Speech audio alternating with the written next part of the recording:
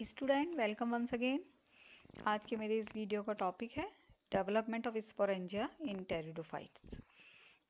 Pteridophytes में बीजाणुधानियों का परिवर्धन या डेवलपमेंट। इससे पहले वाले वीडियो में मैंने आपको टेरिडोफाइट में पाए जाने वाले जनन के बारे में बताया था और ये बताया था कि टेरिडोफाइट में जो मुख्य पादप शरीर स्पोरोफिटिक या बीजाणुभिद है उसमें स्पोर्स के द्वारा जनन होता है और वो स्पोर्स जो हैं वो स्पोरेंजिया या बीजाणुधानियों में पाए जाते हैं। तो बीजाणुधानियों का अपना परिवर्धन होता है, डेवलपमेंट होता है और वो डेवलपमेंट दो प्रकार का होता है, यूस्पोरेंजिएट प्रकार का और लेप्टोस्पोरेंजिएट प्रकार का। ठीक है, तो डेवलपमेंट के आधार पर टेरिडोफाइट की बीजाणुधानियों को दो भागों में बांटा जाता है। यूस्पोरेंजिएट, हिंदी में भी हम इसको यूस्पोरेंजिएट प्रकार कहेंगे, और लेप्टोस्पोरेंजिएट प्रकार, लेप्टोस्पोरेंजिएट और यूस्पोरेंजिएट। ये दोनों प्रकार बताने से पहले मैं थोड़ी सी एक टर्मिनोलॉजी जो इस डेवलपमेंट में यूज़ होगी वो आपको बताना चाहूँगी कि कोई भी परिवर्धन या डेवलपमेंट जब होता है तो विभाजन के द्वारा होगा। ठीक है, जो भी कोशिका होगी उस कोशिका में विभाजन के द्वारा होगा। क्योंकि ये सिंपल माइटोटिक डिवीज़न है, माइटोसिस है, समसूत्री विभाजन होता है, लेकिन वो समसूत्री विभाजन जो है वो लंबवत या ट्रांसवर्स होता है। ये आप सबने पढ़ा है। अगर किसी कोशिका में इस प्रकार का विभाजन हो रहा है तो हम इसे कहते हैं अनुप्रस्थ या ट्रांसवर्स डिवीज़न, और अगर किसी कोशिका में इस प्रकार का पहला विभाजन हो रहा है तो हम उसको कह रहे हैं लंबवत विभाजन या लॉन्गिट्यूडनल या वर्टिकल डिवीज़न। ठीक है, तो ये दो चीज़ें, इसको हम हिंदी में लिखते हैं, इंग्लिश में ऐसे शॉर्ट में लिखते हैं TS transverse, TD transverse division, longitudinal division या वर्टिकल डिवीज़न। ठीक है, तो ये दो टर्मिनोलॉजी डिवीज़न की ये आई, अनुप्रस्थ और लंबवत। ठीक है, अब मैं यहाँ पर लूँगी लंबवत का प्रकार।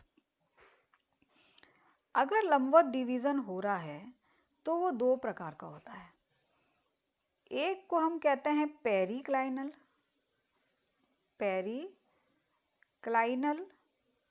जिसे हिंदी में कहते हैं परिणत, और दूसरा होता है एंटीक्लाइनल, इसको हम हिंदी में कहते हैं अपनत। ठीक है, पेरिक्लाइनल या परिणत नाम जैसा बता रहा है, पैरेलल टू एक्सिस, एक्सिस के पैरेलल, समानांतर, अक्ष के समानांतर। जबकि एंटीक्लाइनल डिवीज़न जो होता है जिसे अपनत विभाजन कहते हैं, ये होता है राइट एंगल टू एक्सिस, अक्ष के समकोण पर। दोनों ही विभाजन, फिर दोहरा दूं, दोनों ही विभाजन जो है वो लॉन्गिट्यूडनल डिवीज़न है, लंबवत विभाजन है, जिसे हम वर्टिकल डिवीज़न भी कह रहे हैं। ठीक है, पेरिक्लाइनल या परिणत क्या है? अक्ष के समानांतर। एंटीक्लाइनल या अपनत अक्ष के समकोण पर, राइट एंगल टू एक्सिस। ठीक, अब आप इसको इस तरह देखें कि जैसे ये सेल, मैंने एक सेल बना लेते हैं, कोई भी एक सेल ले लेते हैं। ठीक है, अब अपनत विभाजन होना है लंबवत। ठीक है, ये लंबवत विभाजन हुआ। ठीक है, अब इसको इमेजिन करिए, क्योंकि मैं एकदम रूबरू आपको नहीं बता रही हूँ, सामने नहीं बता रही हूँ, नहीं तो मैं ऑब्जेक्ट यूज़ करके आपको बताती। आप इसको समझिए, ऊपर से नीचे एक विभाजन हो रहा है, लेकिन वो डिवीज़न जो है वो उसका जो परिधि होती है उसके समानांतर चल रहा है। ठीक है, ऊपर से नीचे, यानी दो भाग हो रहे हैं, यानी ये सेल जो है दो भागों में विभेदित हो रही है अगर, तो ये आउटर कहलाएगी। ये बाहरी कोशिका हो गई और ये इनर सेल हो गई। ओके, अब आप इसको ये देखिए, ये अक्ष मानते हैं हम, सेंटर जो है ये इसका अक्ष है ना, तो अक्ष के पैरेलल ये विभाजन हुआ, तो इसको हम क्या कह रहे हैं? परिणत विभाजन। अब दूसरा होता है एंटीक्लाइनल। अब एंटीक्लाइनल यहीं पर आप देख लीजिए कि ये जो एक सेल बनी, यहाँ पर ये जो सेल बनी, इस सेल में एक लंबवत विभाजन हो रहा है, ये अनुप्रस्थ विभाजन नहीं है। ठीक है, मैं फिर दोहरा रही हूँ, ये विभाजन ऊपर से नीचे, आप इमेजिन आपको यहाँ करना पड़ेगा। जब हम हमारी बिल्कुल रूबरू क्लास होगी तो मैं इसको एक बार और आपको बता दूंगी। ये भी वर्टिकल डिवीज़न है। वर्टिकल डिवीज़न यानी समझिए कि आप एक आरी चला रहे हैं ऊपर से नीचे, ठीक है। तो ऊपर से नीचे ये भी लंबवत विभाजन हुआ, लेकिन ये राइट एंगल पर, ये अक्ष के राइट एंगल पर दिख रहा है। ये राइट समकोण बन रहा है और ये इसके पैरेलल हो रहा है, ठीक है। अब नतीजा क्या होता है कि जब पेरिक्लाइनल डिवीज़न हुआ तो पेरिक्लाइनल डिवीज़न में आउटर और इनर, बाहरी और आंतरिक, ठीक है, कोशिकाओं का निर्माण हुआ था। और जब एंटीक्लाइनल डिवीज़न हुआ, जिसे हम कह रहे हैं अपनत विभाजन हुआ, तो अपनत विभाजन में कोशिका जो बनी उसकी संख्या में वृद्धि हो गई है। एक कोशिका हो गई, अब ये कौन सी कोशिका हो गई? 2, ठीक है। तो जो एक कोशिका भारी बनी थी ये 2 कोशिकाओं में विभेदित हो गई, ठीक। अब आप इसको फिर ऐसे देखिए, फिर इसके अंदर एक पेरिक्लाइनल डिवीज़न हो जाए सपोज, है ना। एक इसको मैं वापस एक बार बना देती हूँ कि एक हमने यहाँ पर इस तरह से ले लिया, ये एक थोड़ा सा मैं एक डायग्राम दे रही हूँ। ये हुआ था पेरिक्लाइनल डिवीज़न, ठीक है। एक लेयर बनी और ये दूसरी अंदर, ठीक है। अब इसमें हो गया ऊपर से नीचे एक अपनत विभाजन। तो इसकी कितनी कोशिका बन गई? एक कोशिका बन गई और 2 कोशिका बन गई, ठीक। अब इस पहली कोशिका में फिर एक पेरिक्लाइनल डिवीज़न हो जाए और इस दूसरी कोशिका में फिर पेरिक्लाइनल डिवीज़न हो जाए तो क्या होगा? पहली इसकी फिर 2 लेयर बन गई, 1 और 2। दूसरी कोशिका की भी 2 लेयर गई, बन गई 1 और 2। फिर अगर इनमें वापस अपनत विभाजन हो जाए तो कोशिकाओं की संख्या फिर बढ़ गई, ठीक है। तो क्या होता है कि परिणत विभाजन जो होता है उससे परतों का निर्माण होता है, कोशिकाओं में इस तरह से बढ़ता है, ठीक है। और अपनत विभाजन हुआ, इस तरह का जब विभाजन हुआ तो कोशिकाओं की संख्या ऐसे बढ़ रही है, ऐसे बढ़ रही है। समझ में आया? तो ये अपनत विभाजन सर्क्यूम्फरेंस बढ़ाता है और परिणत विभाजन इसकी गर्थ बढ़ाता है ना, इसकी मोटाई को बढ़ाने का काम करता है। अब मैं आती हूँ आगे डेवलपमेंट पे। अभी 2 प्रकार के डेवलपमेंट बोले थे, यूस्पोरेंजिएट प्रकार का और लेप्टोस्पोरेंजिएट, है ना। तो हम सबसे पहले ले रहे हैं यूस्पोरेंजिएट। अब यूस्पोरेंजिएट डेवलपमेंट में क्या होता है? Sporangia develops from group of superficial cell. Leptosporangiate और यूस्पोरेंजिएट में सबसे मुख्य अंतर यही है कि इसकी शुरुआत में ही बिल्कुल दोनों में डिफरेंस होता है। यूस्पोरेंजिएट में ग्रुप ऑफ सुपरफिशियल सेल, जब हम सुपरफिशियल सेल बोल रहे हैं तो डेवलपमेंट जहाँ स्पोरेंजिया का हो रहा है ना। अब मैंने पिछले जनन वाले लेक्चर में आपको बताया था कि स्पोरेंजिया का जो डेवलपमेंट है वो या तो तने के ऊपर हो सकता है या पत्ती के ऊपर होता है ना, स्पोरोफिल जिसे कहते हैं। तो जहाँ पर भी होगा वहाँ पर सतही जो सबसे ऊपर की जो कोशिका होगी उनका समूह इसका निर्माण करता है, ठीक है। तो पहला अंतर इनमें दोनों में ही है। These cells periclinally divides into primary wall layer and inner primary sporogenous cell, ठीक है। तो कोशिकाएं जो होती हैं, जैसे ये अनेक कोशिकाएं हैं सुपरफिशियल सेल। अब इन सुपरफिशियल सेल में कौन सा डिवीज़न हो गया? पेरिक्लाइनल। अभी मैंने बताया था ना आपको। तो बाहरी लेयर और आंतरिक कोशिकाओं का निर्माण हो गया, है ना। तो प्राइमरी लेयर, तो ये लेयर प्राइमरी लेयर कहलाएगी और अंदर वाली क्या कहलाएगी? बीजाणुजन कोशिका। The outer wall layer form the wall of the sporangium, ठीक है। जो वॉल प्राइमरी वॉल लेयर है वो किसका निर्माण करती है? बीजाणुधानी की भित्ति का। जबकि अंदर की जो स्पोरोजिनस सेल है, बीजाणुजन कोशिकाएं हैं, वो कैसे डिवाइड होती हैं? मियोटिकली। मियोटिकली मीन्स अर्धसूत्री विभाजन। और अर्धसूत्री विभाजन में क्या होता है? आप सब स्कूल लेवल से पढ़ते आ रहे हैं, 4 कोशिकाओं का निर्माण होता है और क्रोमोसोम की संख्या कैसी रह जाती है? आधी। तो 2x से क्रोमोसोम कैसे हो जाते हैं? x, है ना, हैप्लॉइड हो जाते हैं। और किसका निर्माण हो जाता है? स्पोर्स का, बीजाणुओं का। तो अभी मैंने जनन जब पढ़ाया था तब बताया था बीजाणु होते हैं वो x होते हैं, हैप्लॉइड होते हैं, अगुणित होते हैं। तो स्पोरोजिनस बीजाणुधन उत्तक कोशिका तक तो कैसे रहते हैं ये? डिप्लॉइड या द्विगुणित। इनमें क्या हो गया? अर्धसूत्री विभाजन। तो अर्धसूत्री विभाजन हो गया तो किसका निर्माण हो गया? स्पोर। और स्पोर कैसे हैं? अगुणित। ठीक है, तो इस तरह से बीजाणुधानियों में बीजाणुओं का निर्माण हो जाता है। अब इसको चित्र से समझ लीजिए। ये सुपरफिशियल सेल दिख रहे हैं, अभी मैंने बोला सतही कोशिकाएं, एक से ज़्यादा यहाँ दिख रही हैं। ठीक है, इनमें कैसा डिवीज़न हो गया? पेरिक्लाइनल। तो ये बाहर की लेयर बन गई और लाल वाली जो दिखाई है वो अंदर की। लाल इसलिए दिखाया है, ये फर्टाइल भाग है। फर्टाइल यानी उर्वर, उर्वर यानी यूँ, क्योंकि इसमें स्पोर्स का निर्माण हो रहा है। और जिसमें स्पोर्स का निर्माण नहीं हो रहा वो बंध्य या बंध्य भाग कहलाता है ना। तो इस तरह से बंदे को इंग्लिश में, इंग्लिश मीडियम के बच्चे जो हैं, मैं उनको बता दूं, बंदे को कहेंगे स्टेराइल। ओके, तो प्राइमरी, जैसा कि अभी बताया, प्राइमरी वॉल सेल बन गई और अंदर क्या बन गई? स्पोरोजिनस सेल बन गई। अब ये क्या करते हैं? डिवीज़न करते रहते हैं। सब पेरिक्लाइनल डिवीज़न चलता रहता है और एंटीक्लाइनल डिवीज़न। तो एंटीक्लाइनल डिवीज़न से ये बढ़ती रहती है। अब देखो यहाँ कोशिकाएं कम है और ये बढ़ के कितनी हो गई यहाँ तक। तो एंटीक्लाइनल डिवीज़न जो है वो इसको बढ़ाता रहता है और पेरिक्लाइनल डिवीज़न इसकी मोटाई बढ़ाता रहता है ना। तो अब यहाँ पर आप देखो, ये जो वॉल सेल थे उन्होंने 2 लेयर बना ली यहाँ पर, है ना। 2 लेयर बना ली जो कि एक स्पोरेंजियल वॉल का निर्माण करती है, बीजाणुधानी की भित्ति का निर्माण करती है। और अंदर अनेक सारे स्पोरोजिनस सेल्स बन जाते हैं, इनमें डिवीज़न होता रहता है। और अल्टीमेटली क्या होता है इसमें? इस स्पोरोजिनस सेल में मियोसिस हो जाता है ना। तो मियोसिस क्या कहेंगे? अर्धसूत्री विभाजन। तो मियोसिस हो गया, तो ये मियोसिस स्पोर का निर्माण हो गया, आप देख पा रहे हैं। ठीक है, तो ये आप देखो स्पोर्स का निर्माण यहाँ पर हो गया। ये जो रेड रेड दिखाए हुए हैं, तो सबसे पहले स्पोर बनेंगे, उससे पहले क्या होगा? स्पोर मदर सेल बनते हैं और ये स्पोर मदर सेल फिर बाद में स्पोर्स का निर्माण कर देते हैं। तो इस तरह से यहाँ स्पोर टेट्राड्स का निर्माण हो जाता है। ठीक है, फिर दोहरा दूं, ये जो मियोसिस मैंने दिखाया है ये स्पोरोजिनस सेल में होता है। और ये स्पोरोजिनस सेल जो होती है उसका जो लास्ट कोशिका जो होती है वो स्पोर मदर सेल होती है। यहाँ मैं थोड़ा सा आपको क्लैरिफाई कर दूं, मैंने मियोसिस जो दिखाया, मियोसिस स्पोरोजिनस सेल में ही होगा, लेकिन इसकी किस अवस्था में होगा? स्पोर मदर सेल में। तो यहाँ पे अगर मैं लिखूँगी मियोसिस, वो ज़्यादा सही रहेगा, है ना।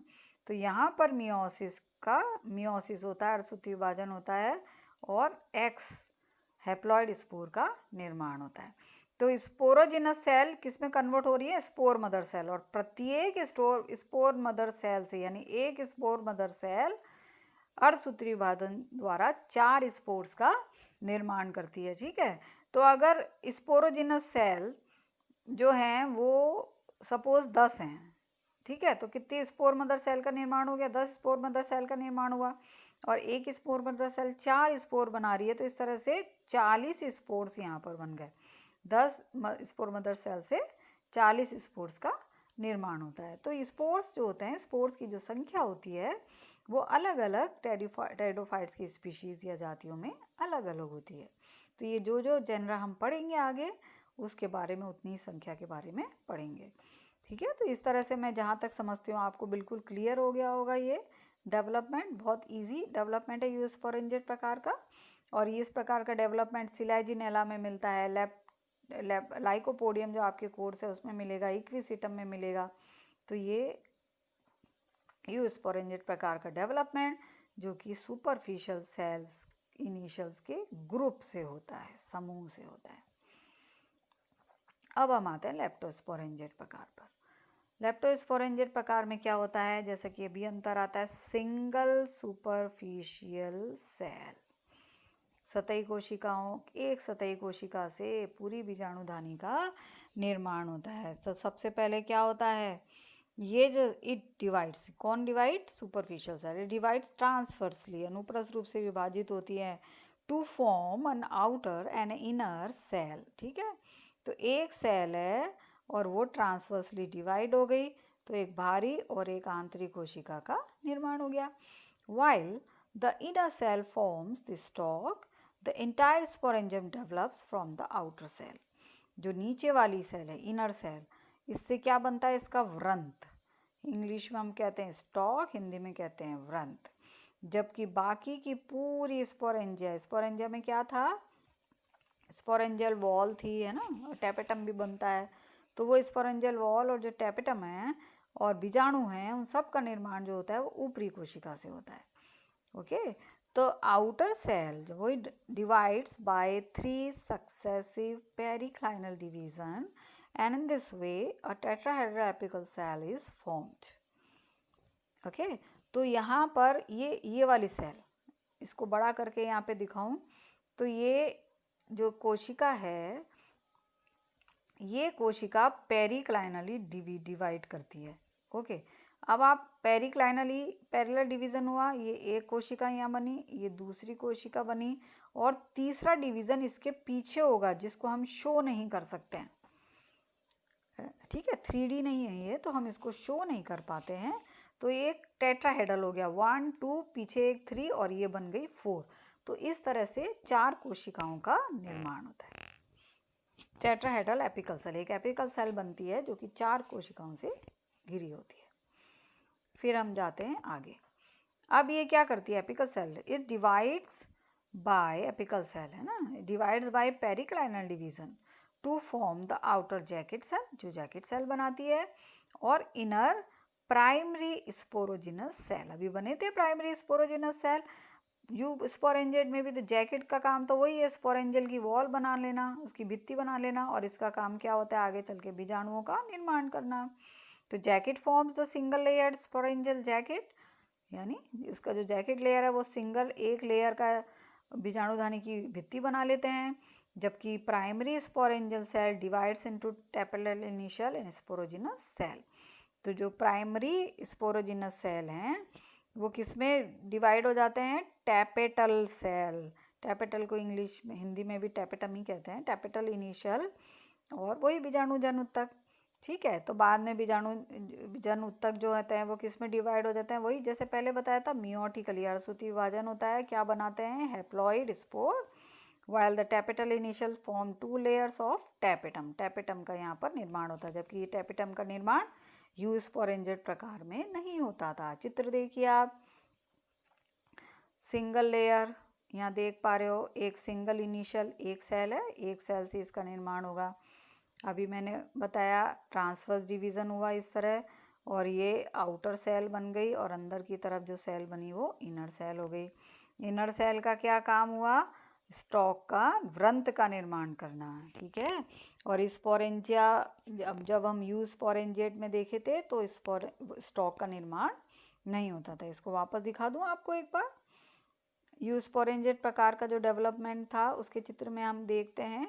देखो आप, किसी प्रकार के व्रंत का निर्माण यहाँ पर नहीं हो रहा, कहीं भी व्रंत का निर्माण नहीं हो रहा है, तो यहाँ पर व्रंत नहीं पाया जाता है, जबकि यहाँ पर व्रंत मिलता है। अब लेप्टोस्पोरेंजिएट में आप देखेंगे यहाँ पर व्रंत बन रहा है। तो व्रंत का निर्माण किससे हो रहा है? व्रंत का निर्माण हो रहा है इनर सेल से। ये इनर सेल, ये इनर सेल ने इसका स्टॉक बना लिया। ओके, अब आउटर सेल का काम होता है पूरा इस भाग का, इस वाले पूरे भाग का निर्माण करना। ये जो दिख रहा है आपको, ये आउटर सेल बनती है। फिर आउटर सेल में इस तरह से वही पेरिक्लाइनल डिवीजन हुए और एपिकल सेल का निर्माण हुआ। इस एपिकल सेल के अंदर एक ट्रांसवर्स डिवीजन, ऐसे ट्रांसफर डिवीजन हो गया ऊपर यहाँ पर, है ना। अब कैप्सूल वॉल मतलब स्पोरेंजियल की वॉल यहाँ पर बन गई, ये बीच में सेंट्रल सेल हो गई, एपिकल सेल हो गई, और ये कैप्सूल की वॉल। तो कैप्सूल की वॉल फिर क्या करती है? अनेक अपनत विभाजन द्वारा इस तरह से विभाजन होता है, और आप देखेंगे इधर ये कैप्सूल वॉल को एक्चुअली हम क्या करें? स्पोरेंजियल वॉल कह रहे हैं ना, बीजाणुधानी की वॉल। तो ये पूरी वॉल का निर्माण हो गया, आप देख रहे हो पूरी वॉल चारों तरफ बन गई। यहाँ पर कैसे बनी? अभी मैंने पहले समझाया था, अपनत विभाजन से। अपनत विभाजन हो गया इसमें, और अंदर ये जो इंटरनल सेल है ना, इंटरनल सेल में एक फिर पेरिक्लाइनल डिवीजन हुआ, टैपेटल इनिशियल, 2 लेयर उसकी बन गई। एक टैपेटल इनिशियल हो गई, सॉरी, ये स्पोरेंजियल वॉल जो है इसमें एक पेरिक्लाइनल डिवीजन हुआ, और बाहरी और अंदर की लेयर का, अंदर की लेयर को हम कहते हैं टैपेटल लेयर। तो इसको लाल इससे शो किया गया है। ये जो वाइट वाले के अंदर वाली जो लेयर है वो सब टैपेटल लेयर है। ठीक है, तो इसको वाइट से, रेड से शो किया गया है।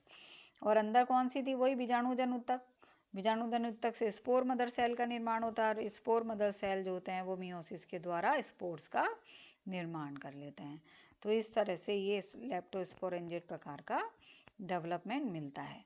जब इन्होंने यहाँ पर एन्युलस दिखाया है स्पोरेंजियल वॉल में, इसका मतलब ये टेरोप्सिडा का सदस्य है, ये फर्न है।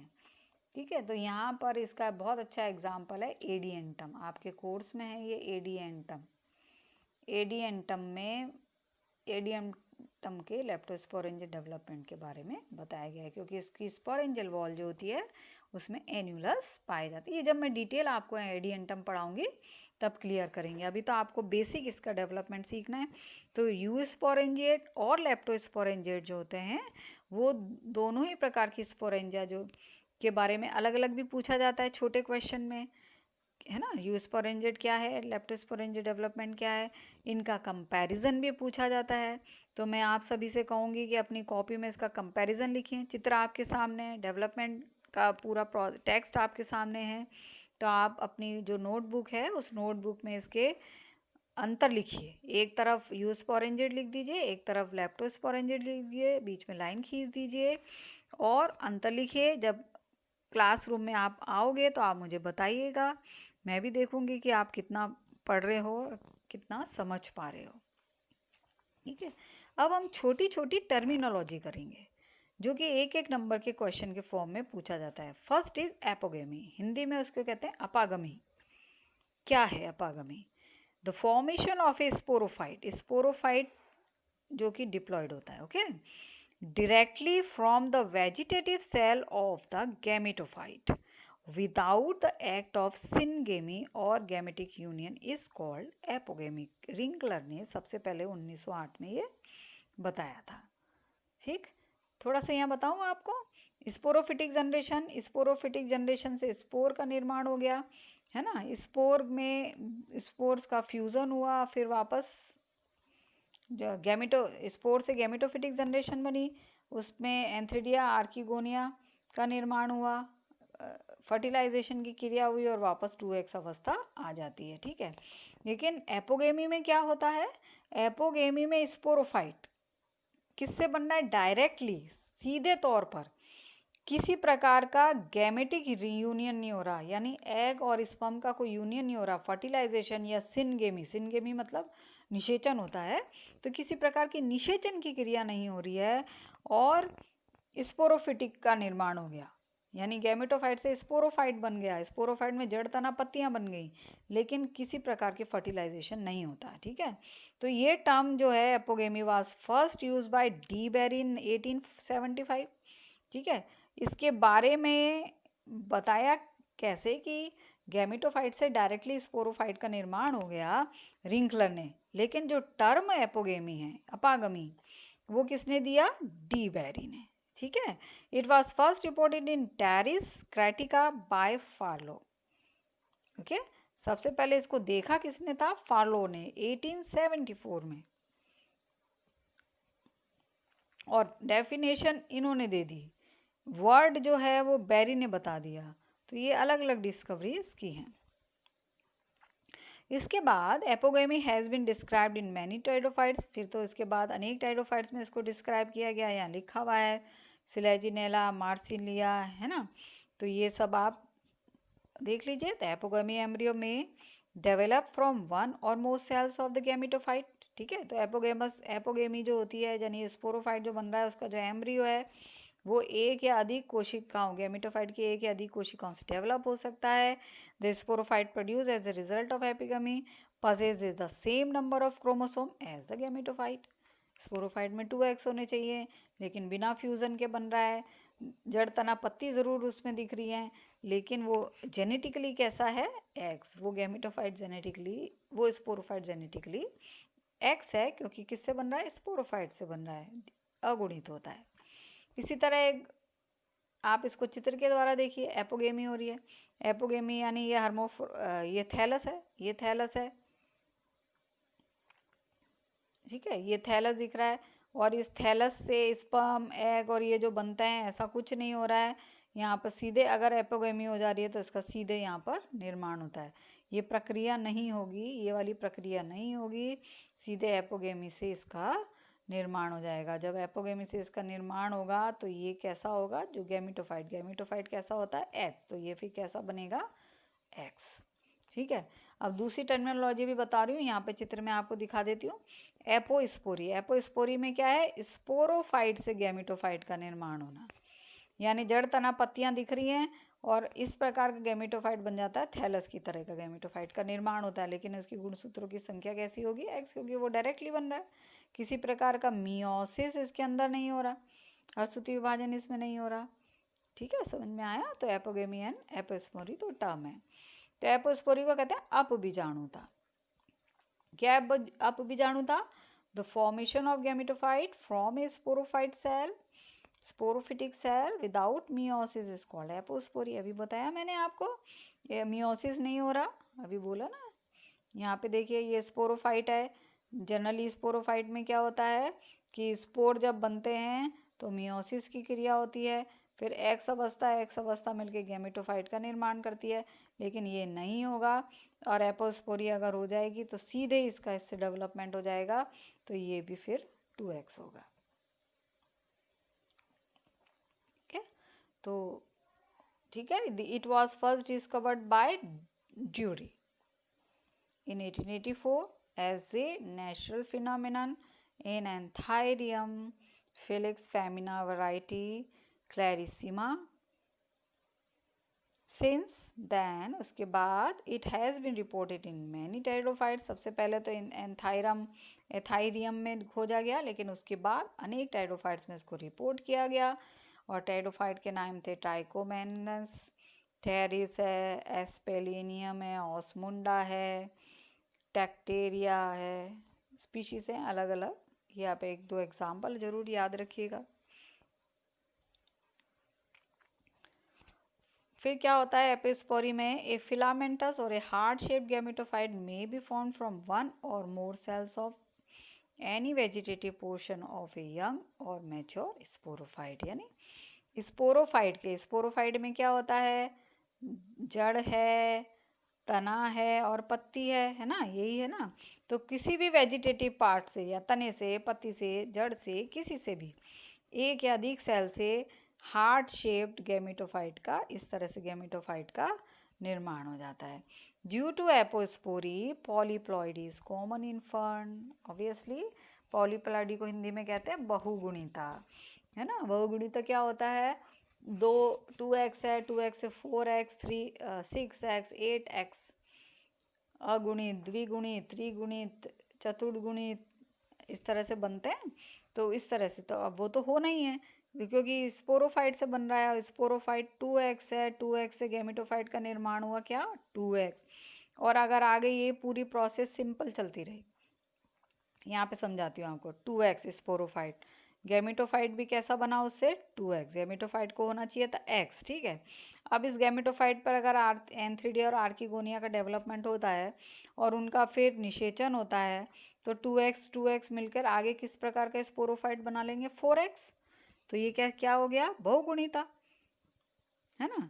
तो बहुगुणिता फंड्स के अंदर एक कॉमन होता है, किसके द्वारा, एपोस्पोरी के द्वारा। ठीक है, it has been observe that there is no change in the chromosome number from the parents plant when the apospore gametophyte originate.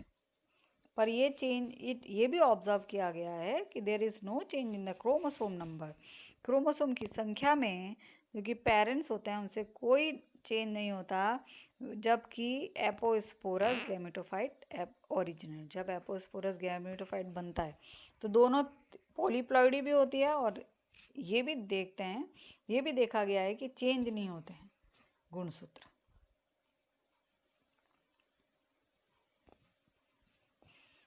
एक टर्मिनोलॉजी थर्ड आती है पार्थेनोजेनेसिस, जिसे कहते हैं अनिषेचन फल। क्या है, formation of sporophyte from egg without fertilisation is called parthenocarpy.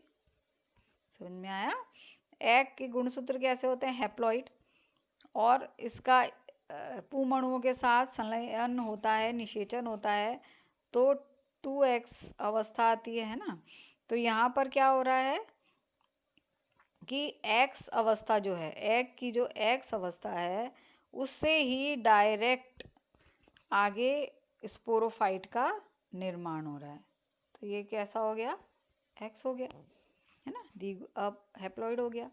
तो formation of sporophyte from egg, egg से बनना स्पोरोफाइट का बिना फर्टिलाइजेशन के, बिना निषेचन के, एग के बिना निषेचन से बीजाणु दुभिद का निर्माण अनिषेचन फलन कहलाता है। In Homosporous leptosporangid fern, it was observed that apospory was followed by neither apogamy nor fertilization but by parthenogenesis. क्या होता है, समबीजाणु लेप्टोस्पोरेंजिड फर्न में, वो फर्न जिनमें लेप्टोस्पोरेंजिड प्रकार का डेवलपमेंट मिलता है स्पोरेंजिया का, ये ऑब्जर्व किया गया था कि एपोस्पोरी है ना, एपोस्पोरी जो होती है तो उसके बाद ना तो एपोगेमी होती है ना ही फर्टिलाइजेशन होता है, तो सीधे क्या हो जाता है, पार्थेनोगेमी। किसने बताया, फार्मर और डिकबाई ने। स्ट्रासबर्गर ने रिपोर्ट किया पार्थेनोजेनेसिस को किसमें, मार्सिलिया की इस स्पीशीज में, रिमोल्डाई।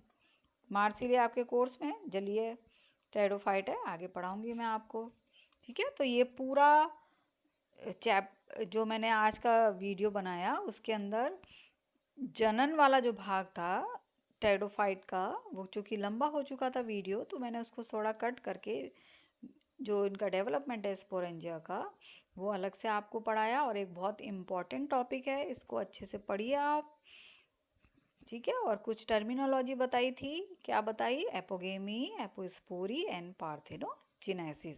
तो इनकी परिभाषा आप याद रखिए। तो ये बहुत ही इम्पॉर्टेंट टॉपिक था आज का, एग्ज़ाम में क्वेश्चंस आने के पॉइंट ऑफ व्यू से, ठीक है। Thank you very much.